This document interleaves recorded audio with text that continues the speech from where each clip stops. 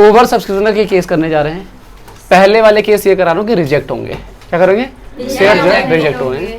ठीक है, 10,000 share @10 each issue किए गए। ठीक है, इशू किया गया ऑन कहते हैं on lump sum basis. Lump sum basis मतलब पूरे पूरे एक ही बार में पैसे मांगे गए। ठीक है, बट एप्लीकेशन जो रिसीव हुआ ना, यहां पे लिख देता हूं, एप्लीकेशन रिसीव जो था वो 12,000 शेयर के लिए हुआ। तो एक ही एंट्री होगी और एक ही एंट्री में पैसा आएगा भी और रिफंड भी कर दिया जाएगा, है ना। तो एंट्री क्या बनेगी? Bank account debit to share application and allotment. कभी भी अगर एक एंट्री बने तो आप एप्लीकेशन अलॉटमेंट दोनों लिखो। ठीक है, ऑन है वीडियो। एप्लीकेशन एंड अलॉटमेंट कितना आएगा देखो। अच्छा, एक चीज याद रखना, ओवर सब्सक्रिप्शन का केस होगा ना कभी भी, तो जितना ओवर सब्सक्राइब हुआ है ना उससे मल्टीप्लाई करना। वैसे जनरली आप क्या करते थे, हमेशा 10,000 इंटू में 10 करते थे, पर ओवर सब्सक्रिप्शन हुआ है तो पहली एंट्री में तो आपके पास 12,000 शेयर के पैसे आए होंगे ना। समझ में आई बात? तो 12,000 इंटू 10 1,20,000 रुपए, है ना। 1,00,000। नेक्स्ट एंट्री देगी share application and allotment to share capital to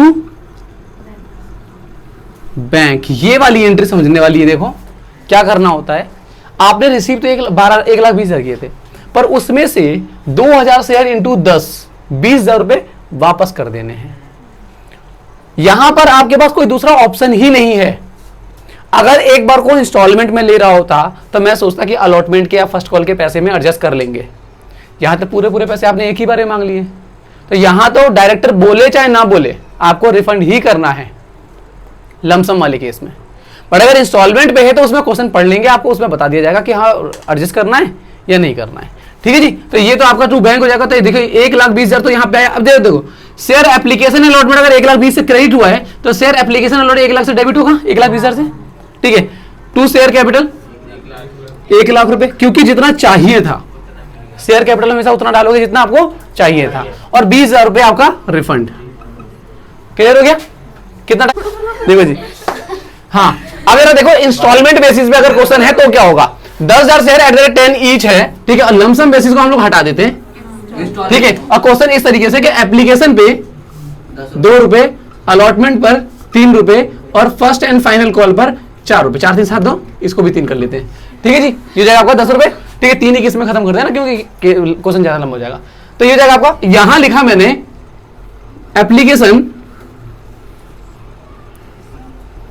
receive 15,000 share के लिए, और क्वेश्चन के अंदर स्पेशली बोल रहा है कि excess amount will be adjust towards allotment. ठीक है जी, यहां पे बोल दिया इसके अंदर, या फिर बोल देगा कि 15,000 का प्रोराटा, तो भी वही मतलब है। प्रोराटा का मतलब भी क्या है, वही एडजस्ट करना। ठीक है, तो जरा एंट्री देखो क्या बनेगी। पहले बनेगी bank account debit to share application and application सिर्फ, है ना, क्योंकि यहां पे किस्त है। ठीक है, बैंक टू शेयर एप्लीकेशन। अब जरा बताओ कितने अमाउंट से एंट्री करूंगा। हाँ बता, चलो 15,000 इंटू 3 यही होगा ना, 15,000 इंटू। मैंने अभी क्या बताया था कि पहली एंट्री वो हमेशा ओवर सब्सक्राइब अमाउंट से ही मल्टीप्लाई करोगे आप। ठीक है ना, तो आपके पास पैसा। अब देखो प्रैक्टिकल लाइफ में ये सोचो कि आपने लोगों को शेयर इशू करा, पर लोगों ने आपके लिए 15,000 शेयर के लिए अप्लाई कर दिया, तो अप्लाई करने के बाद 3-3 रुपए सबने दिए होंगे, तो एक्चुअल में 15,000 लोगों ने 3 रुपए दिए होंगे ना, तो आप 10 से मल्टीप्लाई क्यों करोगे। समझ में आई बात? ठीक है, 15,000 इंटू 3 45,000 रुपए, है ना। तो यहां पे आएगा। ठीक है जी, फिर अगली एंट्री हो जाएगी share application to share capital to share allotment. ठीक है ना, अगर वही रिफंड हो रहा होता तो अलॉटमेंट की जगह क्या लिख देता मैं, बैंक लिख देता। समझ नहीं आता, अगर रिफंड हो रहा होता तो अलॉटमेंट की जगह बैंक लिख देता। ठीक है ना, तो यहां पे आएगा तुम्हारा 45,000 ही कैपिटल में जितना मांगे थे, अब मांगे कितने थे आपने? आपने मांगे थे 10 इंटू 3 30,000 है ना, 30,000 और 15,000। समझ में आई बात? ठीक है, अगली एंट्री देखो। तो अगली एंट्री होगी आपकी, यहां मैं कर रहा हूं अगली एंट्री। ठीक है, देखो share allotment to share capital. ये अलॉटमेंट मैं पूरा नहीं लिखता, ध्यान रखना। ठीक है, share allotment to share capital कितना ड्यू करोगे। अब देखो सिर्फ एप्लीकेशन के टाइम पे इससे करना था, बाकी सारी की सारी ट्रांजेक्शन इससे मल्टीप्लाई होंगी। 10 इंटू 3 10 इंटू 4 फर्स्ट कॉल के भी, ठीक है ना। तो मैंने क्या है entry, share allotment to share capital 10 into 3 30,000 और 30,000। ठीक है, अब जरा मेरी बात सुनो, अगला होगा आपका bank account to share allotment. ठीक है, अब जरा एक बात समझे, अमाउंट कितना रिसीव करोगे? बनता 30,000 था, 15 ऑलरेडी ले चुके हो। समझ में आई बात? तो कभी भी अगर एडजस्टमेंट का हो, प्रोराटा एडजस्टमेंट करा जा रहा हो, तो जितना आप एप्लीकेशन के टाइम पे पैसा ले चुके हो ना, उतना बैंक वाली एंट्री में से माइनस करके दिखा देना। समझ में आई बात? ये ड्यू तो पूरे से ही करोगे, पर मांगोगे तो कम ना लोगों से। ड्यू तो पूरा से दिखाओगे, पर लोगों से मिलेंगे कितने? सिर्फ 15,000 रुपए मिलेंगे आपको। ठीक है, फिर अगली entry share first call to share capital. Entry रहेगी कितने की? 40,000 की। इसमें तो कोई चेंज नहीं आएगा। ठीक है, फिर share first call to share capital. एक second, bank to share first call यार, bank to share first call 40,000 से। समझ में आई बात भैया? हाँ ये शेयर टू अलॉटमेंट वाले भाई, इस वाली एंट्री के अंदर सेकेंड वाली एंट्री में जो पैसा आपके पास एक्स्ट्रा आया हुआ ना, उसको यहीं एडजस्ट कर देना होता है। हमारे पास उतने शेयर है नहीं, तो हम कैसे दे सकते हैं? कहाँ दिए मैंने शेयर? मैंने शेयर भाई उतने ही दिए, 10,000 दिए। उसके जो 20,000 रुपए, ये जो 15,000 रुपए एक्स्ट्रा आ रहे, कितने आ रखे थे? 3,000 शेयर इंटू 3 कितने आए थे? 15 है ना, 5,000 इंटू 3 15,000 रुपए एक्स्ट्रा रखे थे ना। तो वो 5,000 रुपए मैंने आगे की किस्तों पे पैसे लेता ना उससे। भाई वो क्या पता किसी और बंदे ने दिया हो, उसी ने तो नहीं दिया होगा ओवर। अरे भैया तेरे को इमेजिन कर, भाई अगर किसी एक व्यक्ति ने 5 शेयर के लिए अप्लाई किया है, तो मैं 5 शेयर ना देकर उसको 2 ही शेयर दे दूंगा, तो 3 शेयर के पैसे जो हैं वो अगली किस्त में एडजस्ट कर लूंगा। आई बस में इस तरीके। 5 लोग अलग अलग किया तो नहीं हो पाएगा, पर हम तो ढूंढेंगे ना ऐसे लोग। और ऐसा तो नहीं है कि एक बंदा एक ही शेयर मांगता हो, ऐसा तो कभी हो नहीं सकता ना। हर बंदा 100 50 200 शेयर जो भी मांग रहा हो, हर बंदे के थोड़े थोड़े शेयर कम कर दो। समझ में आई बात? चले, 1 लाख शेयर थे एट द रेट 100 ईच है बच्चे। ठीक है, 100 ईच इशूड। ठीक है ना, पेबल है एप्लीकेशन पे 30 और बैलेंस है व्हेन रिक्वायर्ड। 30 और बैलेंस जब रिक्वायर होगा तो एंट्री नहीं करेंगे, क्योंकि जब रिक्वायर होगा तो वो मांगेगा, तो अभी क्वेश्चन में बोला नहीं है। ठीक है ना, उसके बाद application receive for 1,20,000 share. Application किसने के लिए रिसीव हुई? एप्लीकेशन रिसीव 1,20,000 शेयर के लिए एप्लीकेशन रिसीव हो गई। ठीक है, उसमें से कह रहा है which the 1 lakh share were the accepted and remaining application were refuse to allotment. 1 lakh को तो एक्सेप्ट कर लिया, बाकी को रिफ्यूज कर दिया गया। रिफ्यूज मतलब कि जितने भी एक्स्ट्रा कितना 20,000 शेयर को रिजेक्ट कर दिया गया। 1 लाख एक्सेप्ट कर लिया गया और 20,000 शेयर को रिजेक्ट मतलब वापस कर दिया गया होगा, है ना।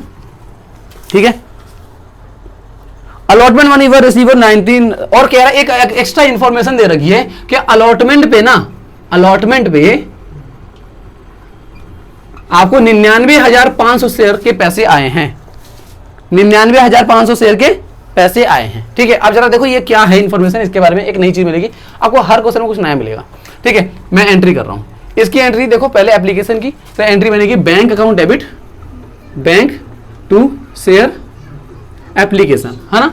बैंक टू शेयर एप्लीकेशन क्या रहेगा? एंट्री अमाउंट जरा मल्टीप्लाई कर लेंगे इससे, है ना, इससे करेंगे 12 36, है ना, 1 0 यहां पर और 1 0 वहां पर और फिर 3 0 36 लाख। हाँ ठीक है, ऐसे ही कर लिया करो आप भी। ठीक है, फिर शेयर एप्लीकेशन 3,60,000 वो 1 लाख लिखा हूं, 1 लाख लिखा हूं। ठीक है, शेयर एप्लीकेशन। ठीक है, to share capital to share नहीं टू बैंक। समझ में आई बात? क्या करना पड़ेगा हमको? यहाँ पे रिफंड करना पड़ेगा ना पूरा पैसा, ठीक है। तो ये हो जाएगा आपका 36, कोई नया केस नहीं है, करा चुका हूँ ये वाला, है ना। और ये हो जाएगा आपका कितना चाहिए था, 10 × 30, 30 लाख ना, 30 लाख ऐसे लिखेंगे, और 6 लाख, ठीक है जी, है ना। अगली एंट्री अलॉटमेंट की एंट्री देखते हैं।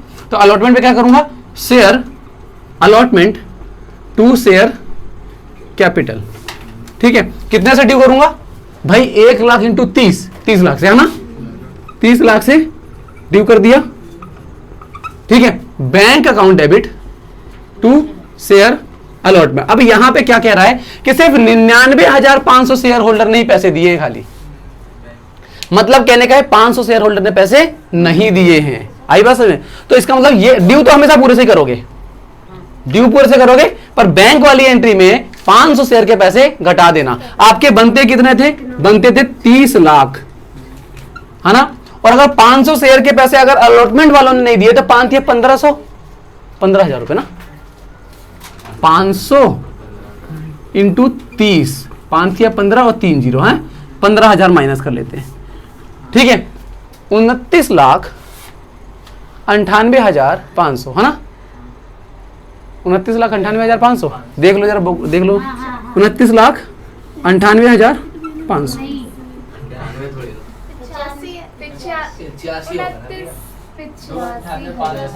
85 होगा ना। अच्छा 15,000 है ना, हाँ ठीक है, मैं 1500 माइनस कर दिया, ठीक है। तो 85,000 होगा, 85,500, है ना, 29,85, अच्छा पूरा 1000 है, हाँ सही है, कोई नहीं, मेरी मैथ थोड़ी वीक है, कोई नहीं, ठीक है, 85,000, ठीक है ना, समझ में आ गया ना।